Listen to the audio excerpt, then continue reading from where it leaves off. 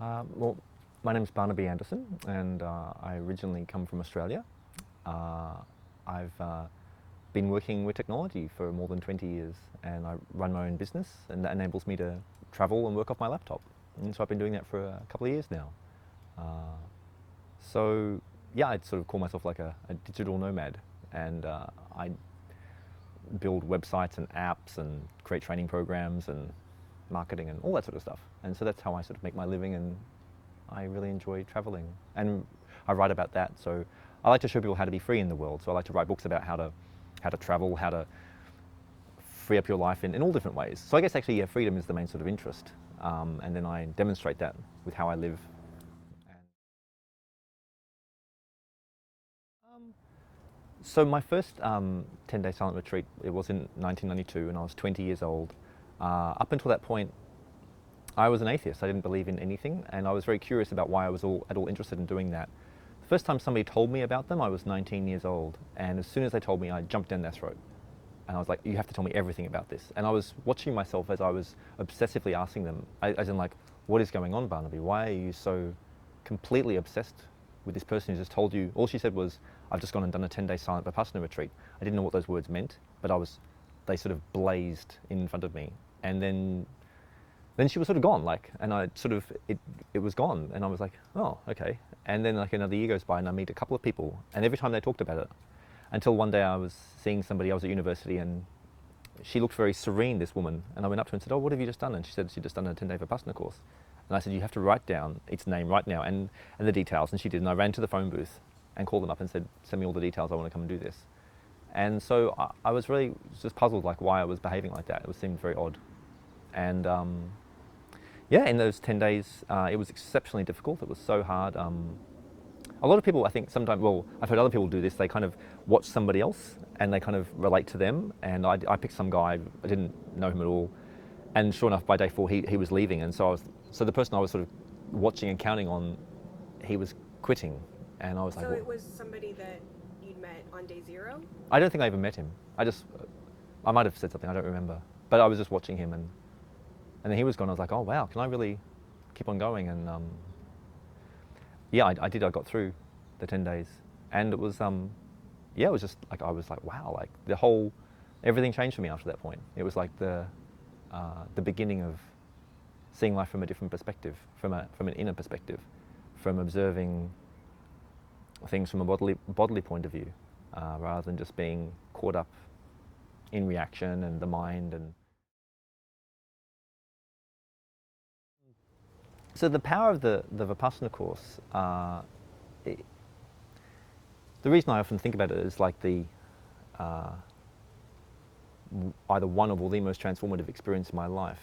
Is even Goenka, how he talks about it on that retreat, and it's probably just symbolism that I think anybody would use, is like somebody's sort of covered in a like an egg of ignorance, like a shell of ignorance, and so it breaks that open, and that was what I experienced. So it was like I was actually completely cut off from life itself.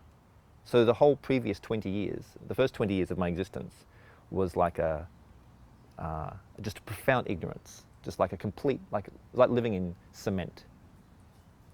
And so living in cement, then suddenly you're like no longer living in cement. And I'm like, oh, okay, so there's this whole other, like not just another way of being, it's like suddenly like life itself is available. And so because it was so profoundly shocking, and I experienced this quietness in my mind for the first time, on that last day when we were talking, that's when I said to myself, no matter what the cost, I would pursue this. So then it ceased for me to become about just like some nice little retreat to do. My real interest actually was always going to be in waking up. So it was always about taking all of this as far as it could go. So that's why I just started doing more and more retreats, and I would I meditated at home. Like everything from that point became about what does it mean to have the optimum human experience? What does it mean to completely wake up? What does it mean to completely move beyond all of one's conditioning? So that was kind of the the ultimate sort of thrust of all of it. Well, it provides a lot of space in the mind. Like it cleans out the room. So I really love clarity. I love I do love feeling clean and feeling clear. And these are just personal preferences. You know, it doesn't mean that what I'm doing is any better than anybody else. So that's another thing, I guess, if someone was wondering, like if someone actually wants to have a sense of extreme clarity, extreme mental spaciousness, where they feel like there's all this room, they're not clogged up, where there's lots of energy, they're fully like alert and awake, they're kind of turned on, and they just flow because the decisions are really easy to make. They're like super sensitive and yet really grounded and balanced at the same time. I love all that. And so for me, meditating just like gives me that in spades. And when I go, I'm off to do another retreat this week, and I love doing retreats. But it's not that meditating and doing retreats equals the truth. It's not that it equals being awakened. I just really like all those things. And there's people who really like being drunk. They really like that. And great, sure. That sort of thing actually hurts me. It literally hurts. And so I have no interest in that. And so if somebody, people might hear that as some sort of judgment. It's not at all. Like, this is just my own personal experience. And I can tell you that some people would listen to this about the meditating and go, there's no way I want to put any hours into that. That just sounds like it's hard work. And sure, I guess it is hard work. I mean, but if you want those things I described, then that's an access to them. And I don't know if there's many things that would provide that ongoing access other than meditating. So the challenges on that first retreat, well, I think it's a very unfamiliar experience. So there's a lot of concern around what was really going on. Like, are these people I could trust? There's a lot of physical pain, just utterly exhausting, like being completely exhausted every day by, in the evening, just meditating so much and sort of collapsing against the wall. All those, I remember all those sort of things. They were just very, I think, just so unfamiliar. And the fact that the mind was being asked to sort of focus on something so continuously, and that was just not what it had ever been doing before. So it was a very unsettling, and I think just generally, like, there was so much, it was very sort of frightening in a way as well, just the environment. Like, because I'd grown up in a situation where there was no sort of religious or any sort of spiritual outlook, and suddenly I was with all these people and there was like chanting, and I was like, what is all this about? Like, I don't even understand. Yeah, so it was very, very unfamiliar. Well, I think there'd be different types of people. There'd be some people who would be, they have no interest at all. And then, great, like, just don't even bother. Don't even bother sort of trying to entertain the idea because you have no interest. Then you'd have people who are like, I got to do that. But they might be a little bit afraid, but they really feel a very strong inclination. So those people, just go do it. Like, really, just like, what's really in your way? And then there'd be people who are like, I guess, wondering, like, is this really going to have some sort of benefit? And it's really probably to those people, like, well, what are they seeking in life? Are they wanting to have more clarity? Yeah, you're going to get that out of doing meditation. Are they wanting to be not so reactive to things? Sure, you're going to get that out of it. Are you going to feel more purposeful? Quite likely, quite possibly. You might have a greater sense of who you are and what you're doing. I've met people who've had those experiences from doing meditation. So there's so many benefits like that are people literally have less stress in their bodies. So if people are feeling particularly uptight and stressed, they're going to probably have a lot of breakthroughs in those areas. I've met people who've actually had illnesses that have passed on. People who've had like mental anxieties or like these things they could probably work through. These are no guarantees, but if people are wondering what some of the benefits could be, they may find that's what these meditation courses could provide them. Those. Well, the quality of the things that come up are different. So it's a bit like you would have felt like on each day when you did a retreat, you kind of go deeper. Like you kind of like, the mind is getting, it's like it's sinking into something, it's feeling more. And each day it's doing that. And more turbulence could be coming up. And then equally, more calmness could be coming up. So these things are happening, and it's kind of getting on a, well, it's just sort of being amplified. And so what happens if you just kept on doing that? It would just like keep on doing that. It would just like keep on like expanding. And so it's a bit like sort of caving or something, or being in a boat and you just keep going further and further out, or deeper and deeper. And so then you're just experiencing more and more of that. And because the inner world of the mind is, there's no limit to it. It's just like so vast in there. So this is the other thing that people aren't really aware of. They're so consumed by the outer and all this like preoccupation with what they're doing in the world that they have really no awareness that how vast the inner world is, and that there's no limits there. And I think a lot of people are probably very afraid of that, because there is a certain potential wildness in there. Firstly, there's the wildness of the mind. And so what would it do to, what would it mean to actually engage with that and to start to feel all of that? And one could even say that if one was to go through, I mean, because when you're talking about these 45-day retreats, this is very, very like, not easy things to do at all. And so you're essentially training yourself to be able to feel anything. And because I do think that in our life we have the potential to experience sort of anything, and this will actually involve very difficult experiences. I mean, ultimately you're going to get killed. Something's going to happen. You're going to get killed. There's no guarantee that's going to be a pleasant experience. In fact, a lot of people don't have a pleasant experience when that happens.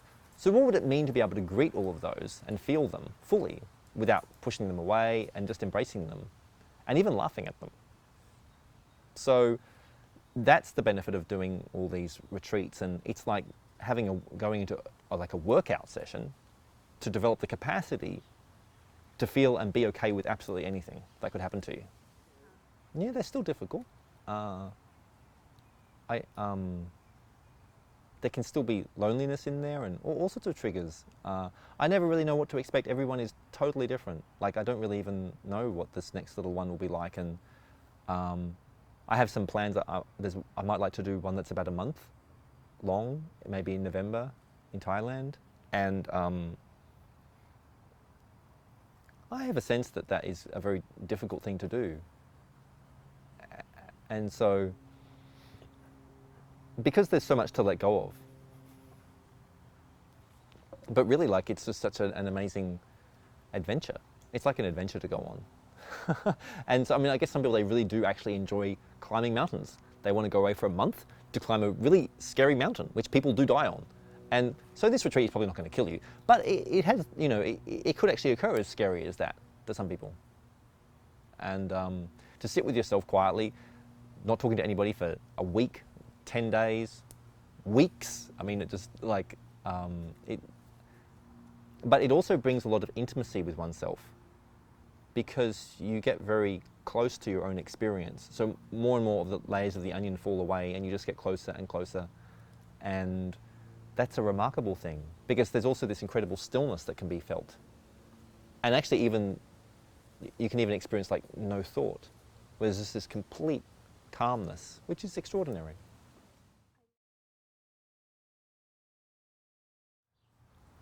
I think I was very confused for quite a long time while I was doing so many Vipassana retreats. I was like, why isn't this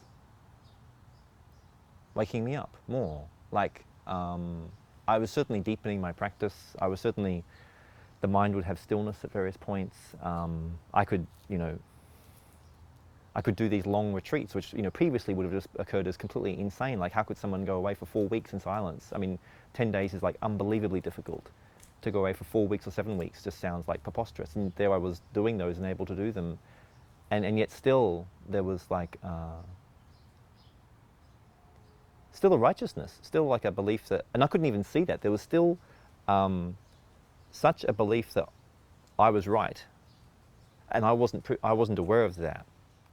The main human experience is to be right.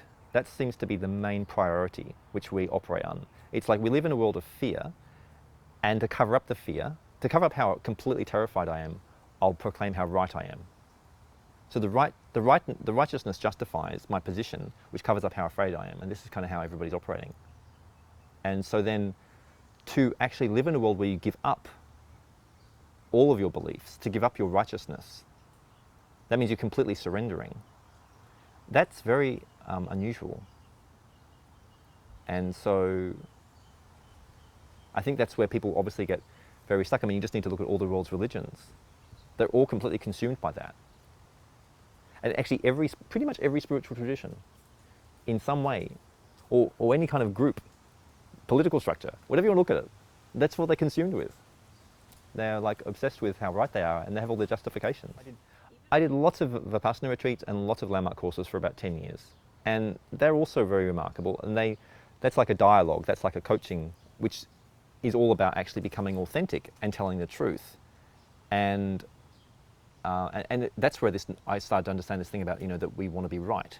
But even with all of that, to be really honest, like inside these organizations, what I started to see, in hindsight, I would see people, even within them, who were being righteous, who were being right. And so I was like, okay. So it wasn't until I did a number of things that started to really break myself away from my life. So I left my wife, and we had a daughter, and we co-parented her, and eventually she came and lived with me. But I did a bunch of things that started to really have me not be part of the normal society, and certainly a part of being involved in the Vipassanas. I was like one of the people who was teaching children's courses, and I was like very involved. And suddenly when I started doing these things like leaving my wife, I was suddenly no longer part of those communities.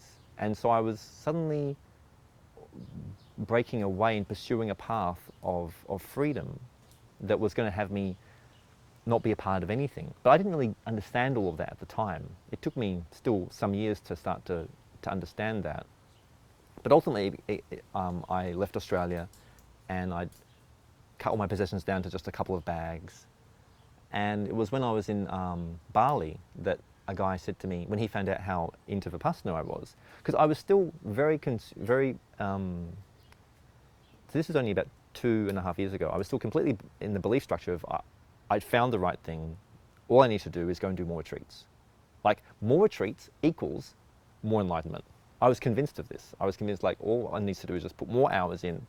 And yet, there I was, none of my friends were awake. Nobody I knew was like enlightened, and here we all were just doing more and more of this, and so I couldn't see this. Anyway, so ultimately for me, because I just did so many retreats, that in and of itself became a block. So the very thing that I was using to actually try to wake myself up became the very thing that was keeping me sort of asleep as well. So I think that all of these, there's all these tools in the world that one can use to wake up. But each one of them is both useful for awakening, but also at the same time can put you to sleep. So it's very curious how one can use whatever it is, whether it's meditating or yoga or ceremonies or whatever. If one is using it to support a belief structure that one is right and that one has found some kind of answer, then that is actually putting oneself back to sleep. And I certainly did that. I certainly did that with Vipassana big time. And so because after, I did that for so long. Like I did 23 years of Goenka retreats. And so how many, can you say how many you did in 20? It would have been dozens and dozens. Like I sort of, and I pushed it like as far as I could. Like I would go to India and do the 45-day retreats, which the requirements for doing these are like, so to do your first long course with the Goenka tradition, you would do 2 years of 2 hours a day, and at least 6 courses. That would include 1 serving, and you'd also, so that means you have to keep your shila, your precepts, so that means you don't take any intoxicants, you don't sleep around, you don't lie, you don't do any of these things for I think 12 months.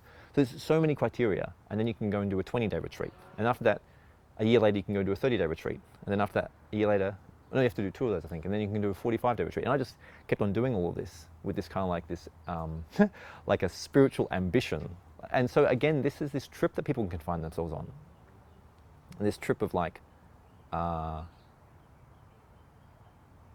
got the answer, and I'm sort of pursuing something. Like, it's kind of quite hilarious, the whole thing. You should say that, because I actually think so. There was like the first 20 years of ignorance, and then actually there was the next 20 years of ignorance. So it's like a new. So I think that the mind likes to rebuild itself with a new shell if it can.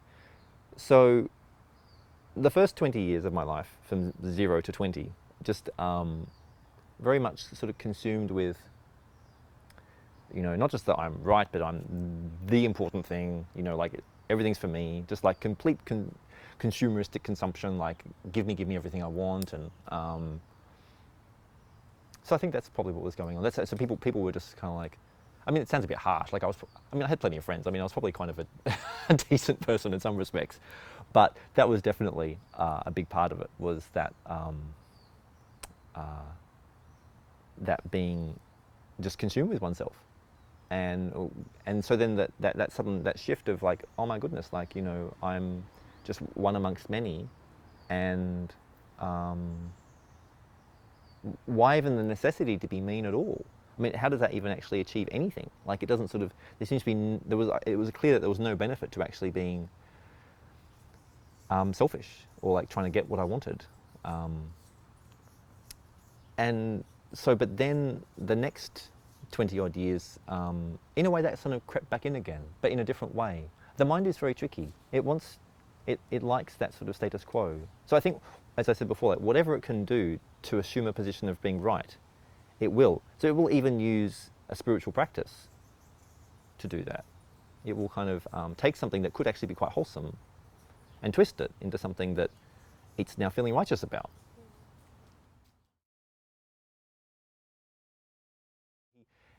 I met a guy, his name was Barnaby, actually, very curious, and he said, "Oh, if you're really into this, does it matter if I swear? Is that okay?" Oh yeah. Because he said to me, "Oh, you're into Vipassana." He said, "You need to read Jed McKenna. He'll fuck your life up." And I was like, "Oh, that's a strange thing to say." And so I spent the next 6 months. I got those books and I started reading them, and there didn't seem to be anything that particular. This guy writes about spiritual enlightenment. And but after a couple of months of reading, because I was reading them quite slowly, you could read them really quickly, but I wasn't doing that, because about 5 or 6 chapters in, I was like, oh my goodness, this is actually really quite something. Because he started teaching me essentially critical thinking in relation to spiritual enlightenment.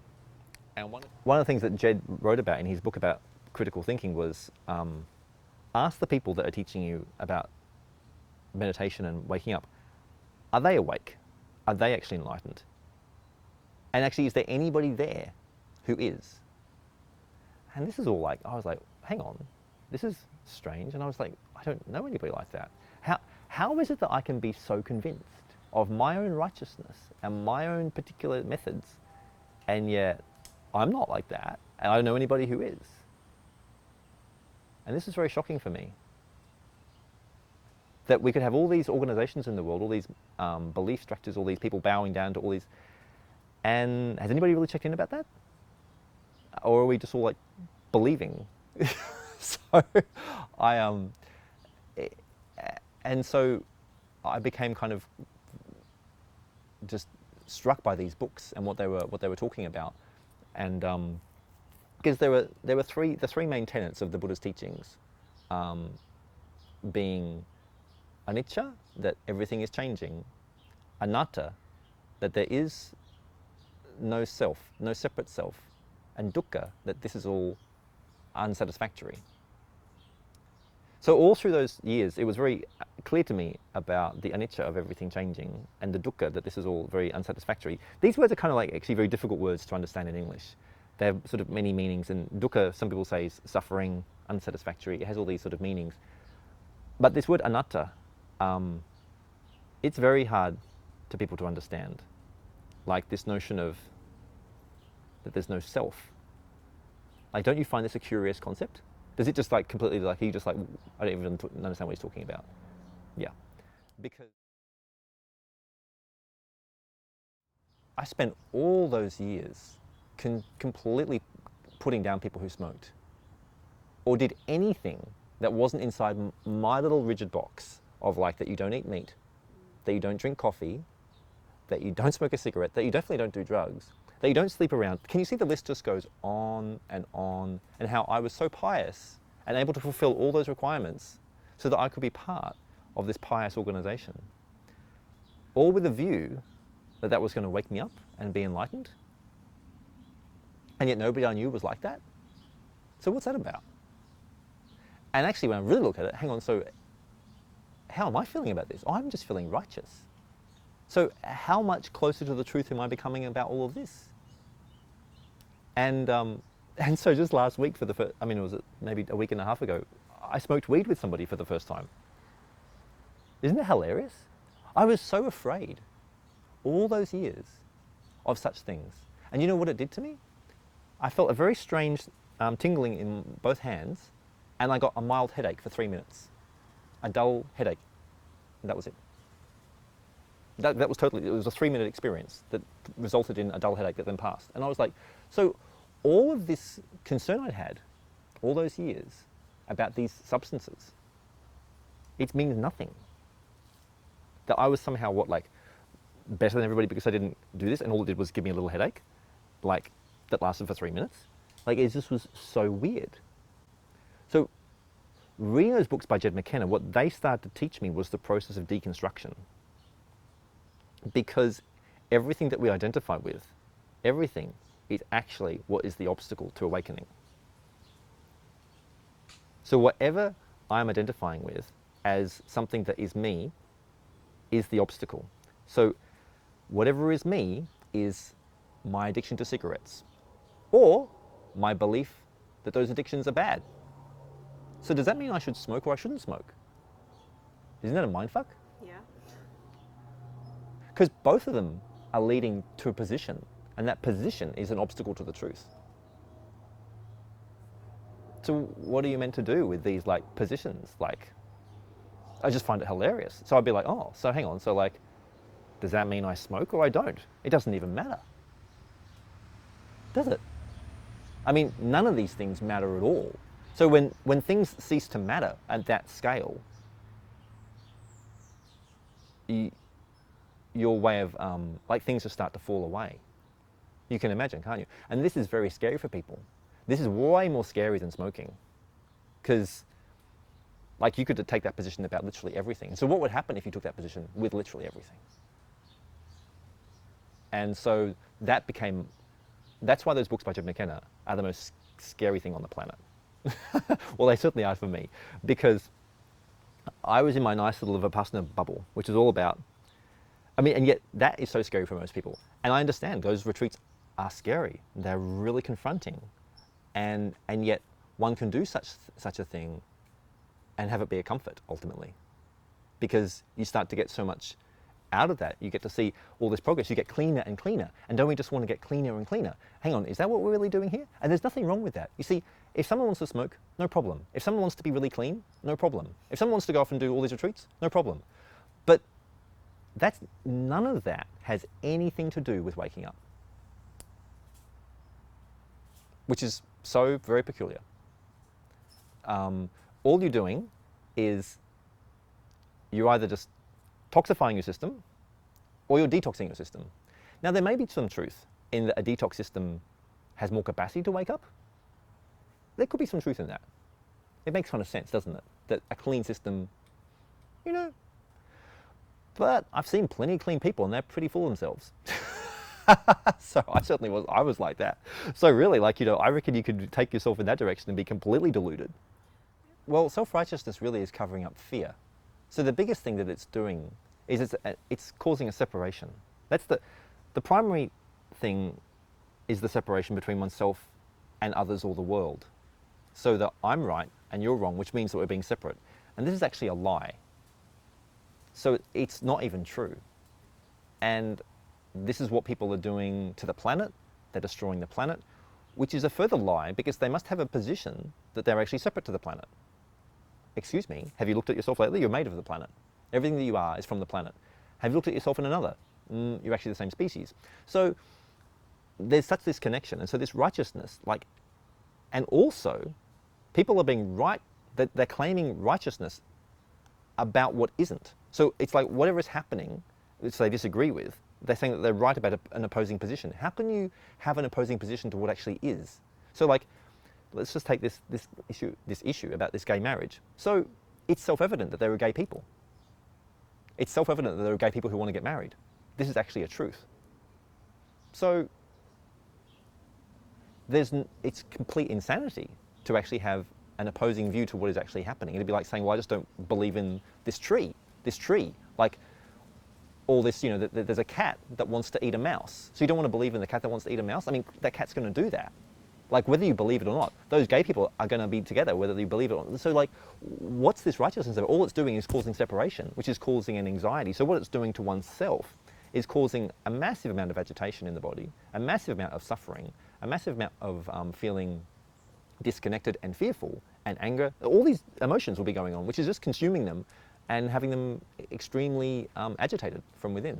So that's probably doing physiological things like making their blood pressure go up and who knows what else.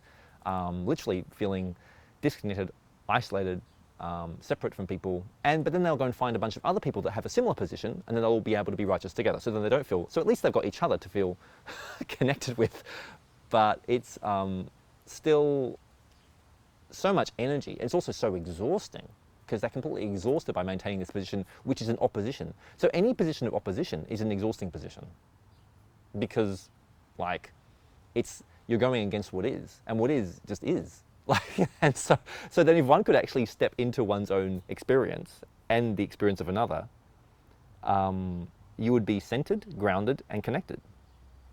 And then you would actually probably feel one's own isolation and anxiety because that's actually what is. Because there's this build-up of all these years of conditioning. And people don't want to feel that. And so because they don't want to feel their isolation or their conditioning or their separateness or their anxiety, then they'll cover that up with these positions of righteousness because they can kind of get through like that. What they don't know is like, what they don't want to feel is what it would be like to be relaxed and feel everything. Basically, people don't want to feel. They want to do anything but feel. So the self, the actual, the ego, the identity, whatever we want to call this thing that is inside everybody, that everybody's so attached to, the last thing it wants to do is feel. Because feeling is integration and is a lack of separateness. And so as one steps into feeling more, the ego, the identity, has nowhere to turn. And it can't stand that. And it will do anything. It will kill people, literally, to stop that feeling. Yeah, I see people distracting themselves, but that's just, it's what humans do. It's like on such an epic, huge scale that I feel everybody. I feel like, wow, okay, like, people are just doing what they're doing. There's nothing even wrong with distraction. It's like, this situation is so intense, and because people don't want to feel, they want to distract themselves to not feel. And I know what that's about. Like, I've been doing that, and I still find myself, I'll distract myself, but it gets harder and harder because one's capacity to feel more and more means that there's less and less that is able to be distracted. Opposite, because people see things that are wrong all over the place and that things should be other than what they are. Like even having this position that people shouldn't be distracted, or actually the position, it's a very big distraction to hold a position that I shouldn't be distracted. See, there you are with your phone going, oh my goodness, I shouldn't be distracted. Just be with your phone. Like, just whatever's arising is what is the truth. Now that doesn't mean that if you feel like you're angry, you should just punch somebody. I mean, because as you're tuning in to, as you tune into the very act of being distracted, you're no longer being distracted. But maintaining a position that you shouldn't be distracted will actually probably have more of that because you're consumed with how you shouldn't be, which is adding more pressure and more anxiety, which is going to lead you to wanting to do more distracting things. So can you actually just accept yourself right now for whatever you're doing? There you are smoking a cigarette. There you are watching your phone. Can you just like really be in that? There you are just wanting to be with your friend. There you are just wanting to clock off from all this intensity and just have a cuddle or whatever. Can you just surrender to that and feel into it? And feel into like literally everything that you're doing, which would obviously result in you not being distracted at all.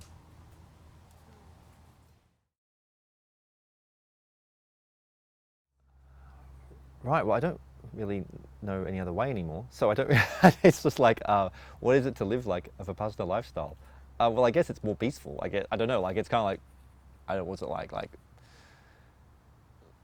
it's a continually giving up. So my experience is giving up any sense of being right, of that there should be anything other than what there is. That if I'm righteous right now about all of that, which I probably am, can somebody please show me otherwise? Or can the universe please show me otherwise? Can I just laugh more at all of this? Can I just feel more of this? So basically, so typically, like, the identity, the ego inside doesn't want to feel, and I'm present to that. And yet what there is to do every moment is there's such an opportunity to feel. Like right now, all of us can feel all of this, and we can just lean into it. So it's kind of like we can either pull back into the separate self and kind of like cage oneself in armor and not feel, or we can just keep on surrendering and leaning into everything. And that's sort of my main practice now, is like just leaning into those feelings. Like, so, you know, when you're on the bus, when I'm on the bus and I see somebody and I instantly don't like them, how hilarious is that? What's that about? And so my next little trigger thought would be, you don't even know them, Barnaby. That's ridiculous that you don't like them. And the next one is, and look how many years of this meditating you've been doing. You definitely shouldn't be feeling like this. And so there's instantly these little few second triggers of all these things of how I shouldn't be. And normally in the past, that would have somehow suppressed all of that, and I would have put on a fake smile to myself and liked them. What if I just like instantly go, oh wow, I really don't like this person, and I just feel that? It feels very yucky. It's just like, ugh, like, this is something I don't know anything about. Or this could be any kind of situation. It could be like I walk past and there's like a big pile of poo on the pavement. And like, ugh, like, you know, and this is sort of way to somehow push all this away, all these feelings. So not only are we wanting to distract ourselves, we're wanting to suppress everything. Kind of we're wanting to get rid of whatever we're feeling about everything. So if I just felt what that was like, and so it's feeling a lot of unpleasant stuff actually, a lot of the time. Walking around just feeling, you know, all these triggers that are often very unpleasant, but which actually melt away. And then there's typically like some sort of peace, because all this feeling is the feeling of what socially doesn't want to be felt. So our whole society is based around not feeling all these things. And also the busyness that everybody has, the distractions. It's all about run, run, run, run. And then where are we running to? It's just exhausting, the whole thing. So what can we do to cultivate feeling? And so that's why anytime you take a position with yourself that you're not doing the right thing is, again, the opposite of that. So you could just completely love yourself about everything that you're doing. You could love the fact that you hate someone. You could love the fact that you're smoking. You could love the fact that all these things that you typically should hate. Because how does it help you to hate the fact that you hate something or whatever? It's totally ridiculous. And so then, you know, and then there's even the fear, all these fears that we all have. So could you love that? Could you turn and face that and feel into that? What would happen if you kept on doing this every moment? And I would say that this probably takes some training. It's just, so somebody I imagine could be listening to this going, what, like this just sounds ridiculous, like, but it is possible to do all this. And actually it's possible every moment. You could even love the fact that you can't do this, that you feel that you can't do it. Even all these things are first steps. The fact that you don't feel you have any capacity to feel, you can just start feeling what that's like. Do you see what I mean? Oh, absolutely. And that, I mean, that this idea that, you know, that you should meditate, you know, that you're struggling meditating. Like really, I mean, so there you are, somehow somebody gets through a 10-day retreat, which is so difficult to do. And then they're feeling like, oh, now I should meditate every day. And then they give it a go and it's so difficult. And so can you just be with that? Can you even sit down and feel that and meditate in that discomfort of not wanting to do that, and then maybe stop and get up, and then feel bad about not finishing your hour sit, and then feel what that's like. And just like, can you see it just like it's endless? The ability to feel every moment is endless. And so if you just kept on opening up to that and surrendering to that process, where would that take you? That's interesting. My life has changed a lot through surrendering in, well, like in every way, but like in all these different, both on the outer and the inner. So, for example, I don't really make plans anymore. I just live through listening to what the next thing to do is. Through that, it looks like there's plans, So a lot of us are so consumed by what we're going to do next, all these fears around the future. In fact, that's probably how pretty much everybody lives, yeah? And always trying to maintain a position of holding and clinging and grabbing things, like once I've got something I must keep it. And we logically know that we can't keep anything, that everything's we know this. And so in the face of all that, we try to cling even more. So I now live in the space of, well, because I'm no longer the driver, so just let life drive. So then I can just sort of cruise. So this takes a completely different position. And I really this is one of the big things I got from Jed McKenna's books, was he said about this notion of surrendering. And he has an analogy of like being in like a boat, and you take your hand off the tiller, off the rudder. So that means you're just in a boat that's just like sailing out to sea. Essentially a terrifying position for most people. And so what I recognize though, and I can't really be an advocate for these things. I'm starting to talk about some stuff that is very contrary to all of human society. It's the total opposite to what everybody's going to tell you to do, which is to have goals, have a plan, be a success. And absolutely, and that is the human society's position. And I'm not here to tell you that you should do anything other than that. So you just asking me about what I do now. Because ultimately it became a priority for me to wake up to the truth.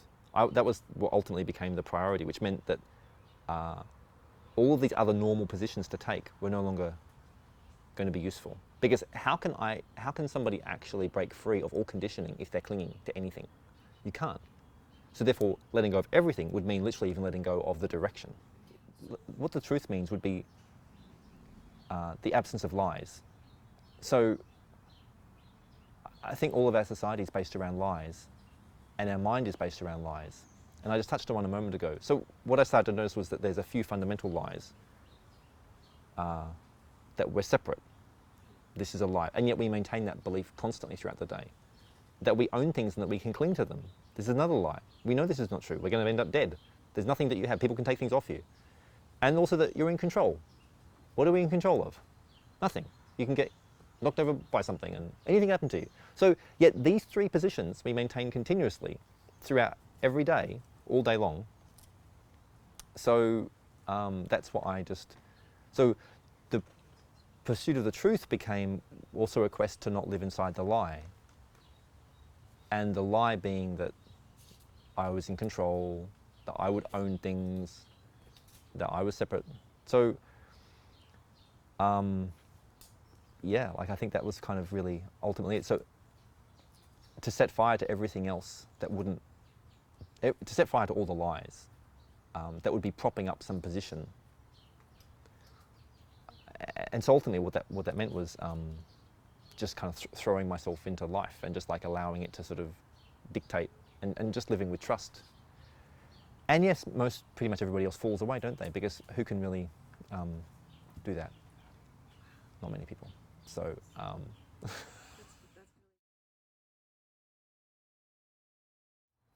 yeah, I'd like to talk about literally what's happened to me, some specifics recently. So I'll tell you the story of what happened to me in the last, so now it's the end of June. So quite literally the last 12 months has been the biggest changes of all the last 24 years or whatever.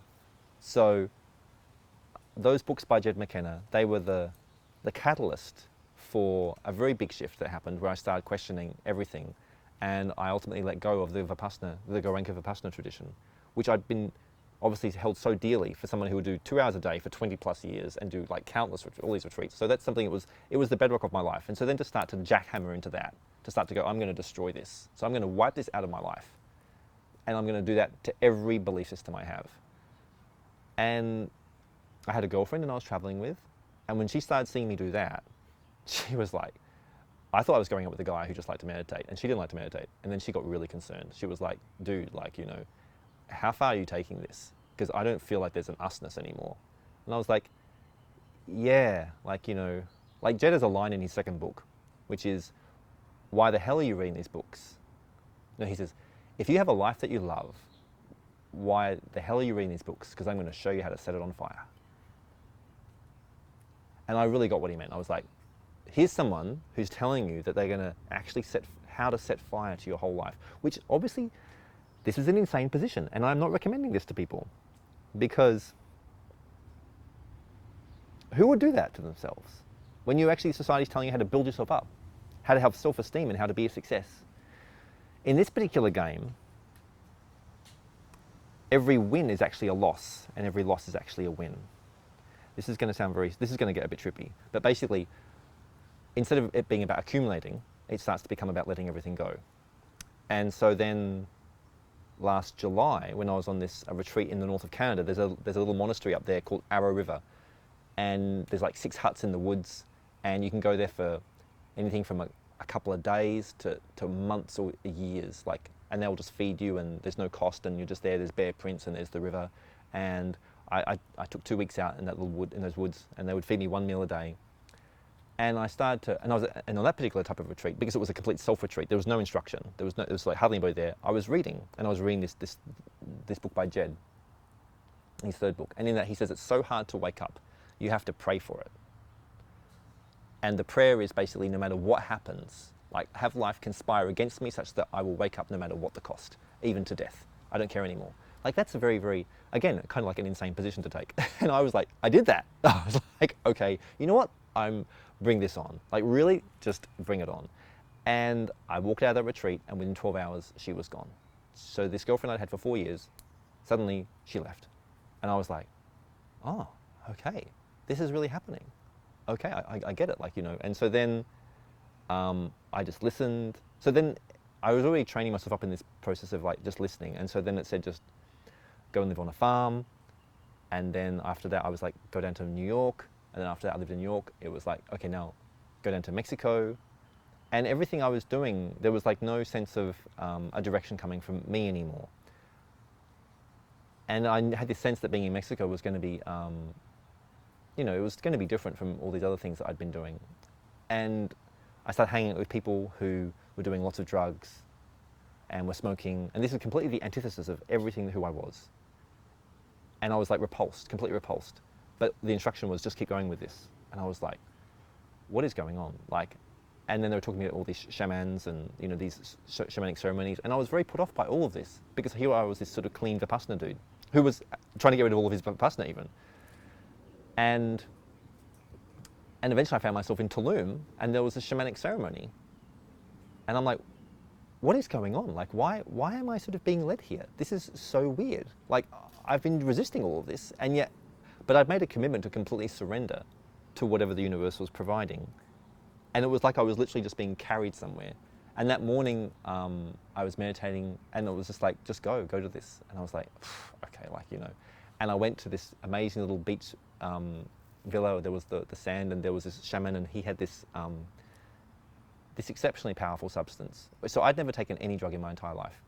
Actually, no, 3 days before that, I'd actually been to a peyote ceremony. So this was actually my first experience, and nothing happened. What was kind of amazing for me was that night, I gave up my belief structure as I'm not going to do anything. And so I ate some of this peyote, and nothing happened. And I was like, oh, what's the big deal with all this stuff? And then 3 days later, I'm at this next shamanic ceremony, and I'm like, okay, wow, all right, universe, just bring it on. I've made this sort of commitment, and this particular substance was from a toad, and it's the most potent form of DMT on the planet.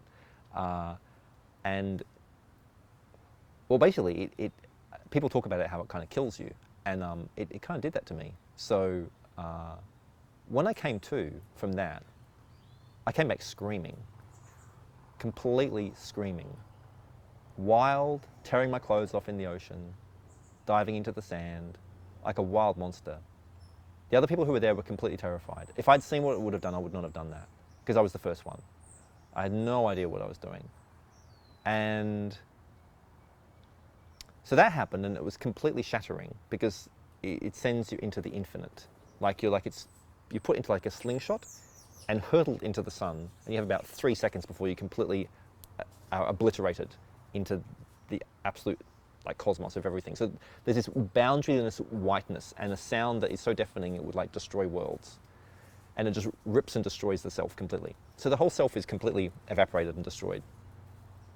and then obliterated. So there I got obliterated. And then I spent the next 2 weeks kind of like, I guess in sort of recovery or like, not recovery, I mean, I was just like, it was a big shock. And a little bit back. So basically when my girlfriend left, that next month, which was August last year, August 2014, I came across a group online called liberationunleashed.com, and they had a forum, and they proclaimed they could coach you to wake up. It's a pretty bold claim. They were saying that they could basically snap you out of your delusions and have you fully awakened through coaching for free. Then I started realizing when I was reading through the forum that they'd read Jed, and I knew that these people were real. And I was like, oh my God, this is the real thing. These people are scary.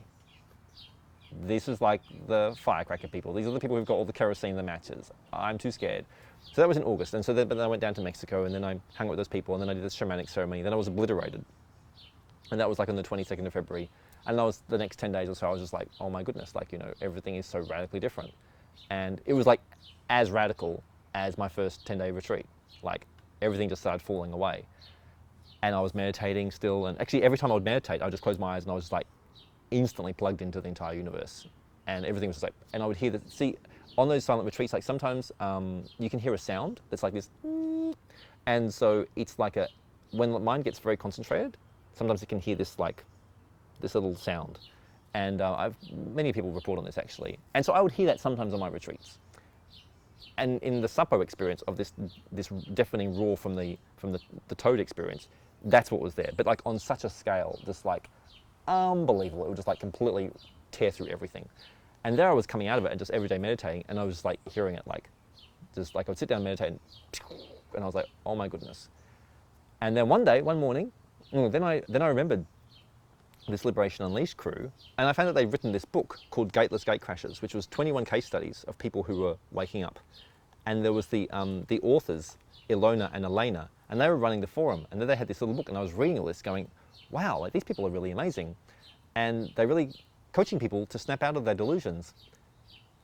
And then I was sort of doing more of that in those 2 weeks, and I was like, what is going on? And then one day I was like, why don't I just contact her on Facebook? And she was real, this woman Ilona. And I messaged her, and it was a Monday morning, and I said, oh, hi, Ilona. Just want to say I think it's really great what you're doing. All this stuff, helping people wake up. And she said, oh, cool, Barnaby, thanks. Oh, by the way, I've got some time right now. Do you want me to coach you?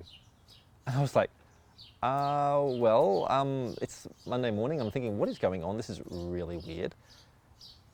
And I said, sure, because how often is someone going to say that to you? And she said, okay. Then she starts asking me these questions. And within 10 minutes, everything just collapsed, and I wasn't able to believe anymore. And so that was really shocking. So there was kind of this couple of part process where she just asked a series of questions which had the personality construct deconstruct. And so everything that Jed said was true, and that the Buddha said was true. There is no separate self.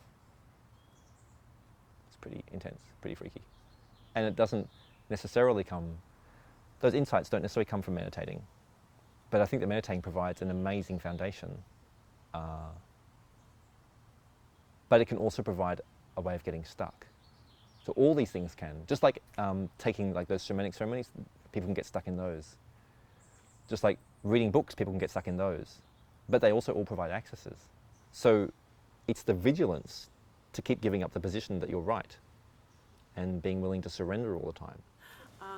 What were you talking about? Well, you also were just saying about your position about God and the anger that you felt about all of this. Yeah, but it was before that I got distracted with my anger. But isn't that great though? Because there you are, like, you're angry about your conditioning, because your conditioning has had you all tied up. Mm-hmm. But you can just feel that. So you can feel that intensity, and you could even love that. Yeah. Because all of that is true.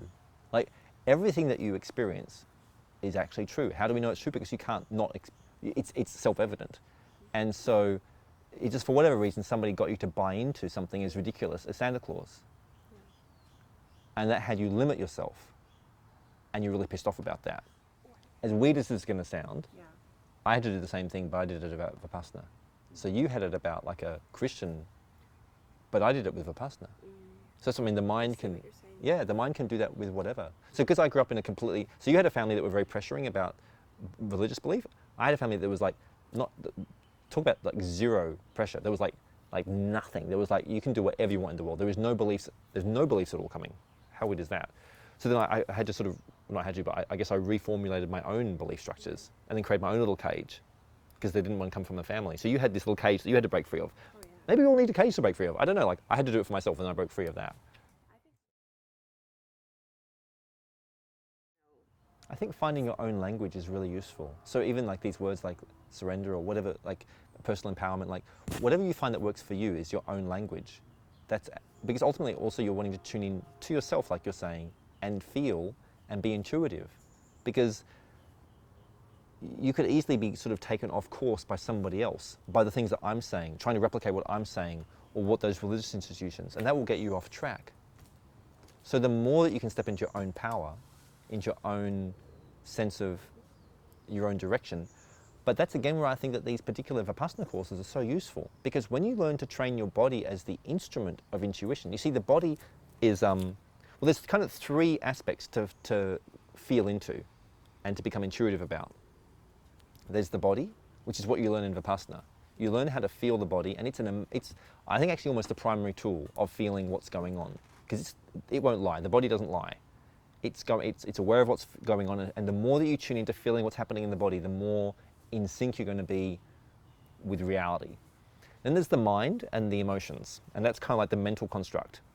And you can also feel into that. But that is a realm that can be very tricky because it has many contrary positions, and so as opposed to the body that doesn't lie, the mind is kind of actually almost continuously lying, but also in there is truth as well. Even the lies are true because it's like what's happening. And so you want to learn how to feel that. And then there's the outside world. So then there's the feedback coming from people, the world, everything that's going on out here. So what I look for now is the patterns. So there's patterns coming from all three, from the outside world, the mental, and the body. And so if you can learn to train yourself into feeling all of that, then you're going to be in sync. And then when people say things to you like, oh, I want you to believe like that there's a God, or that that we're right and you're wrong, or then you can really feel about that and go, is that really true? Like and I think that's probably one of the core things, if not the core thing, to do in one's life. Yeah.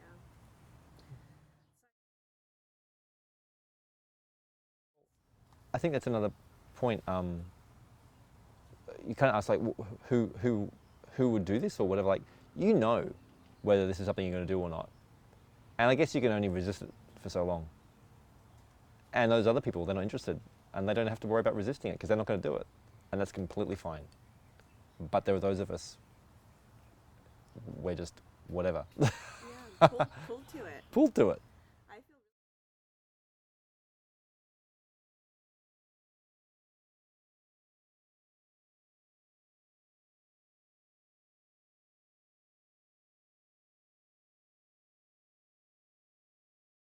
What did you have for breakfast? I'm just getting. Oh, I had a chia seed smoothie sort of drink thing. Sounds pretty good. sounds good. Do you soak your chia seeds first? I bought this one, and it was sort of pre-soaked. Yeah. Just kind of grabbed that on the way through. Have you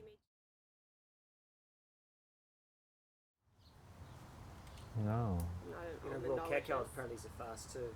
What is? Raw cacao. They Oh, need really? they need to heat it Yeah. for the shells to open.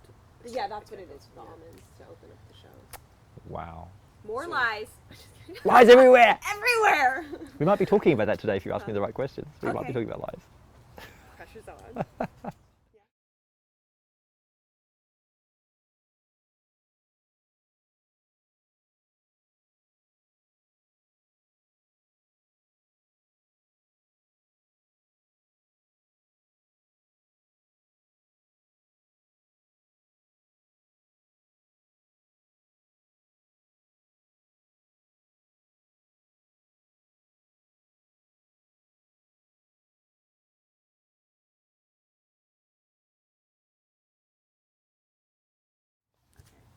You're gonna say to me, I love myself and accept myself completely as I am today.